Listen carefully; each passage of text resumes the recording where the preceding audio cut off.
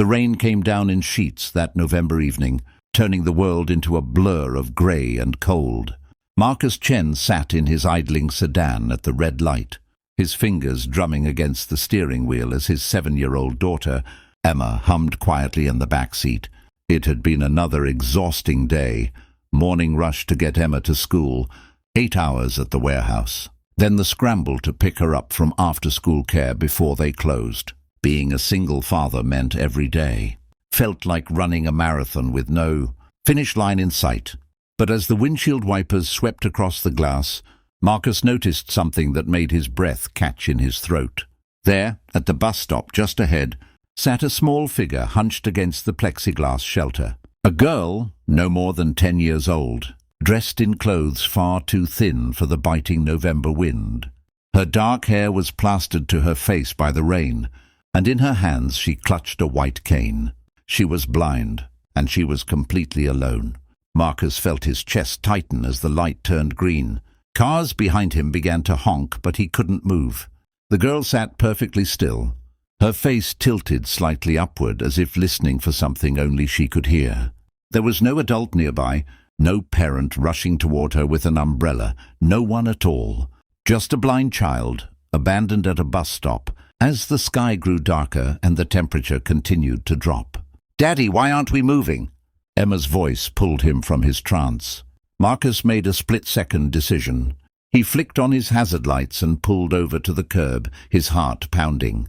He knew the world could be dangerous, that approaching a child alone could be misunderstood. But every instinct in his body screamed that this was wrong.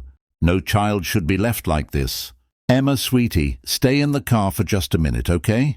He grabbed his jacket from the passenger seat and stepped out into the rain. As he approached, the girl's head turned slightly toward the sound of his footsteps. She didn't move otherwise, didn't flinch or seem afraid. It was as if she'd been waiting. "Hey there," Marcus said softly, kneeling down so he wouldn't tower over her. "Are you okay? Are you waiting for someone?" The girl's lips trembled, and for a moment she said nothing. Then, in a voice barely above a whisper, she replied, "My mom said to wait here.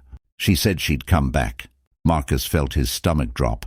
"When did she say that? How long have you been waiting?" The girl's small fingers tightened around her cane. "After school. The bus dropped me off and she said to wait. But I don't know what time it is now. I can't see my watch." Marcus glanced at his own watch. It was nearly 6:30.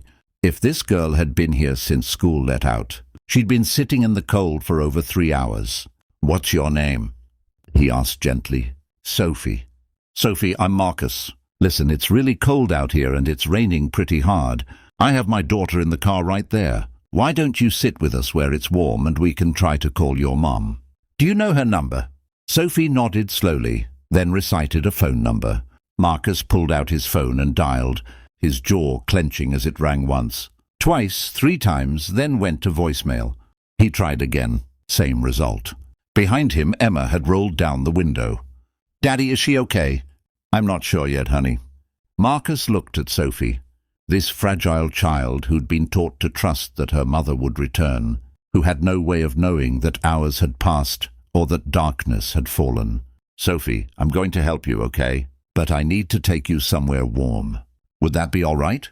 Sophie hesitated and Marcus understood.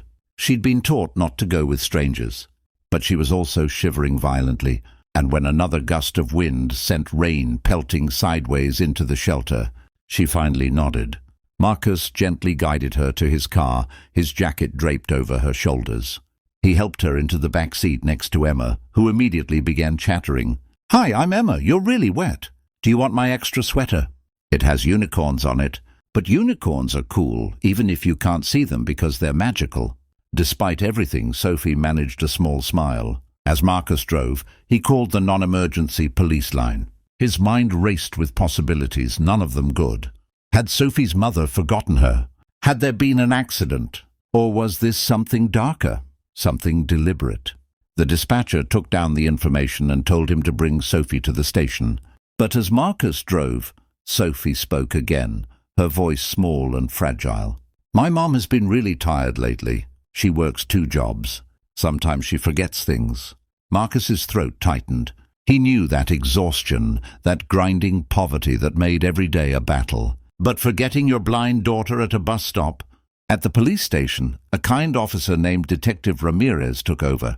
She brought Sophie a blanket and hot chocolate while Marcus explained what he'd found. As they waited, Marcus couldn't bring himself to leave. Emma had fallen asleep in a chair, and Sophie sat quietly, her fingers running over the rim of her paper cup in repetitive motions that spoke of anxiety. An hour passed, then two. Finally, Detective Ramirez emerged from her office, her expression grave. "Mr. Chen, can I speak with you for a moment?" They stepped aside, and the detective's voice dropped low. "We've been trying to reach Sophie's mother. Her name is Carmen Rodriguez. Neighbors say she works as a night cleaner at an office building, and during the day at a packaging plant. But here's the thing. We finally got through to her supervisor at the cleaning company. Carmen didn't show up for her shift tonight. She didn't call. That's not like her at all." Marcus felt ice forming in his veins. "You think something happened to her?" "We're checking hospitals now. But Mr. Chen, there's something else. When we went to their address, the landlord let us in. The apartment is nearly empty. No food in the fridge. Electricity was shut off last week. It looks like Carmen was doing everything she could, but she was drowning." Marcus looked over at Sophie, still sitting so patiently, still believing her mother would come. His heart shattered into pieces. It was nearly midnight when Detective Ramirez received the call that changed everything. Marcus saw her face shift from concern to something else, relief mixed with pain. She knelt down in front of Sophie. "Sophie, honey, we found your mom." Sophie's face lit up. "Is she coming?" "She's at County General Hospital." "Sophie, your mom collapsed at work this afternoon. She's okay, but she's very sick. She has pneumonia, and she's severely dehydrated. The doctors say she's been pushing herself too hard for too long." Sophie's expression crumbled. "Is it because of me? Because I need extra help?" Marcus felt something break inside him. Before Detective Ramirez could respond, he knelt down beside Sophie and took her small hand in his. "Sophie, listen to me. None of this is because of you. Your mom loves you so much that she was working herself to the bone trying to take care of you. That's not your fault. That's the world failing both of you." The detective nodded. "Sophie, your mom has been trying so hard, but she needs help, and so do you. We're going to make sure you both get it." They drove to the hospital, Sophie gripping Marcus's hand the entire way. When they reached Carmen Rodriguez's room, Marcus watched as mother and daughter reunited. Carmen, barely conscious and hooked up to IVs, began sobbing the moment she heard Sophie's voice. "Mia, I'm so sorry. I'm so sorry. I was at work and everything went black. I forgot. Oh God, I forgot you." Sophie climbed carefully onto the bed, her hands finding her mother's face. "It's okay, Mama. Someone found me. Mr. Marcus found me." Carmen's eyes found Marcus standing in the doorway, and the gratitude in them was almost unbearable. But there was also shame, the deep humiliation of a mother who'd failed her child through no fault of her own, except poverty and circumstance. Over the following weeks, Marcus couldn't stop thinking about Sophie and Carmen. He learned that Carmen had been fighting for years to make ends meet after. Sophie's father left when he learned his daughter was blind.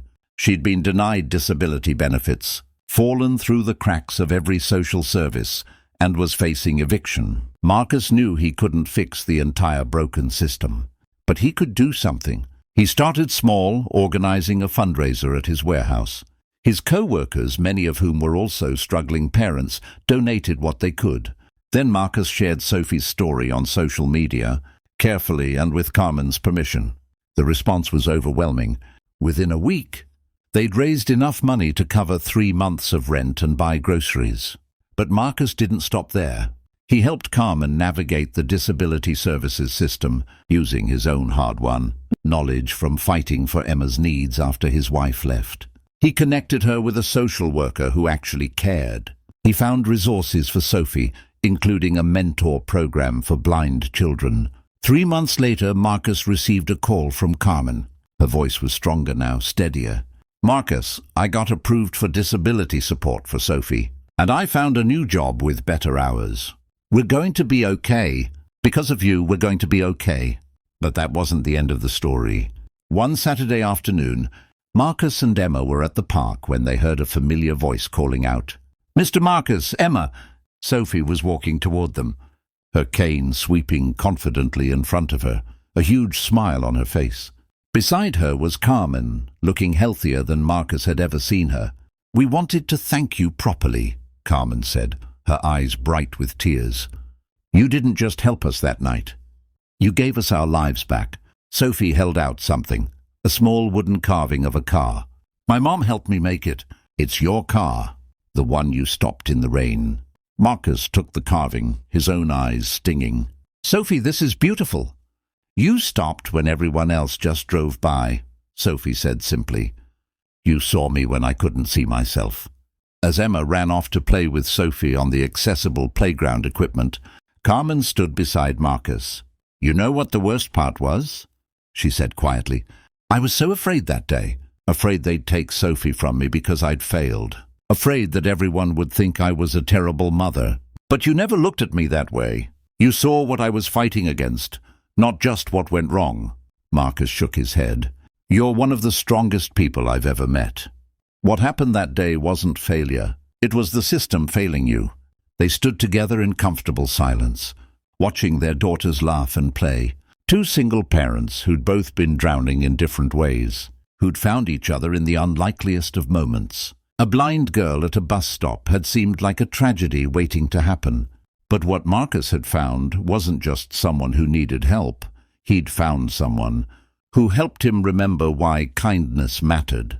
In stopping his car that rainy evening, in choosing to see Sophie when others had driven past, Marcus had changed two lives, but Sophie and Carmen had changed his too. They'd reminded him that even when the world felt overwhelming, even when being a single parent felt impossible, small acts of humanity could create ripples that changed everything. And sometimes the people we stop to help end up being the ones who save us right back.